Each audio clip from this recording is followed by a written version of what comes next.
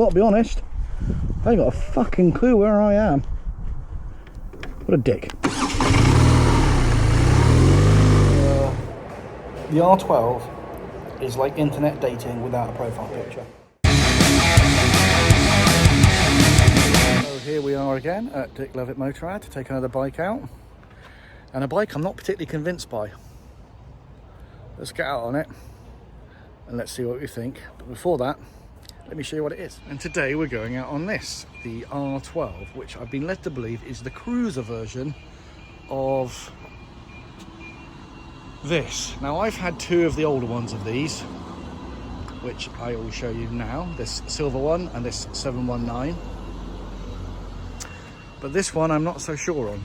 This one stands at about 12 and a half, or sorry, 13 and a bit grand. It's got the comfort back and a few other bits and bobs. But let's take it out for a spin, have a walk around it and see what we think. Let's take us on some country roads.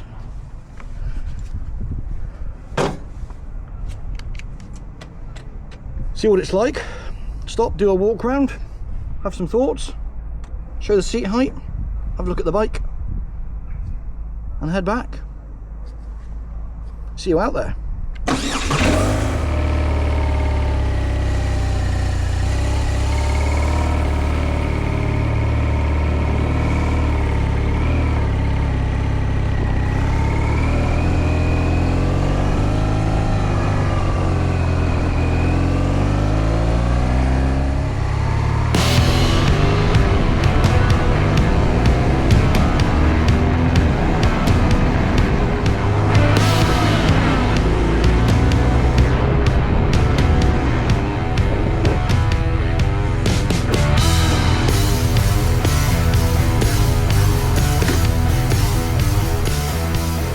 Right, let's park it up here on this quiet lane. Have a look around it. Let you know what I see or what I think, for whatever that's worth. So here we go, let's pop the stand down.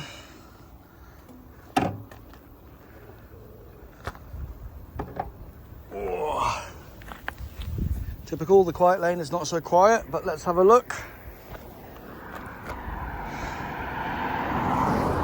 Right, let's pop my helmet off there. Right, the R12. The first thing that springs to mind, is I think there's a very good reason there aren't many maroon bikes on the market, because that looks fucking awful. Right, let's put my helmet down. So my first impression was, it was insanely comfortable to sit on actually, and my legs were in a real nice sort of, you can see in the tank there, my legs were sort of parallel, which was very comfortable. I liked that a lot. I did notice my right leg and my shin is resting on that, which I think could get uncomfortable. And I did notice one thing, the gear lever distance. That's an enormous amount of distance away. So that would need to come in, I think, for me. The engine is very, very, very, very smooth.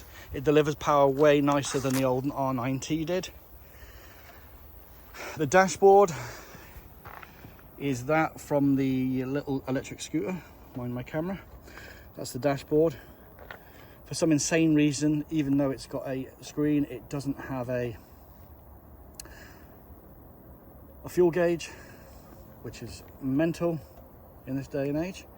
The thing that is I find vomit inducing, where it says roll and rock, they're the modes. That's terrible. Apparently it's the same on the the R18.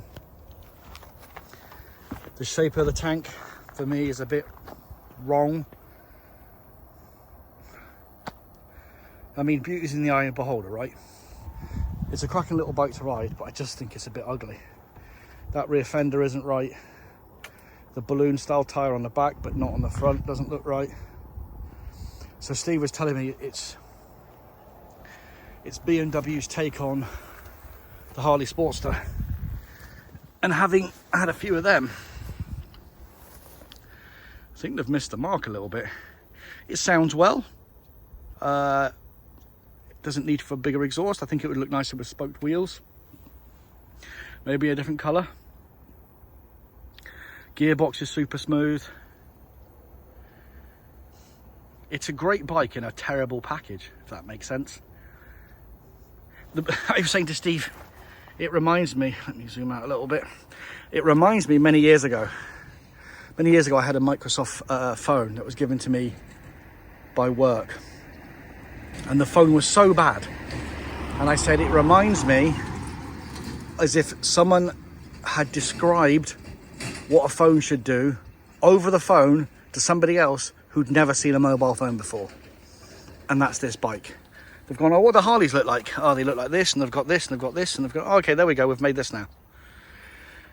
The steering was positive, but it's sort of lollops, if you know what I mean. It's stiff and then it drops, which was quite frustrating. It's perfectly fine, let's say. I think it would be a disaster with a passenger on the back. I wouldn't recommend anybody doing that. Is it a bad bike?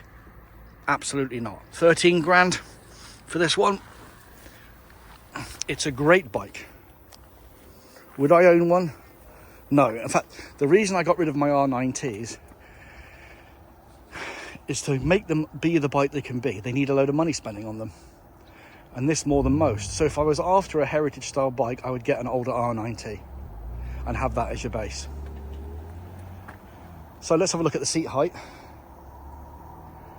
And then we'll continue on our way. I will say, it is damn hot today. Anyway, let's go for a bit of a blast. I've changed it into rock mode. Let's see how she goes.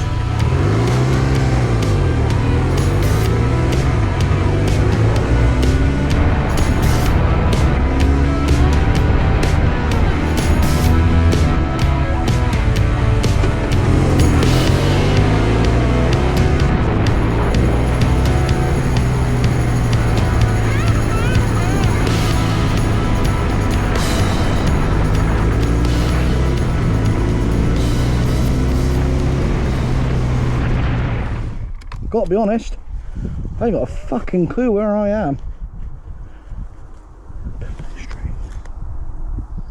Well, the M5 doesn't look very good today.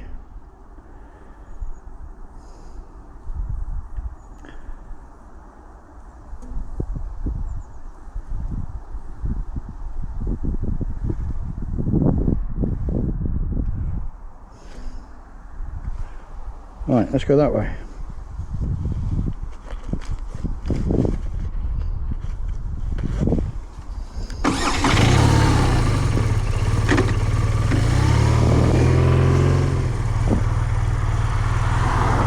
Well, that's amusing. I didn't know where I was literally a minute ago, and I actually filmed the review there, and I just did a big circle. What a dick.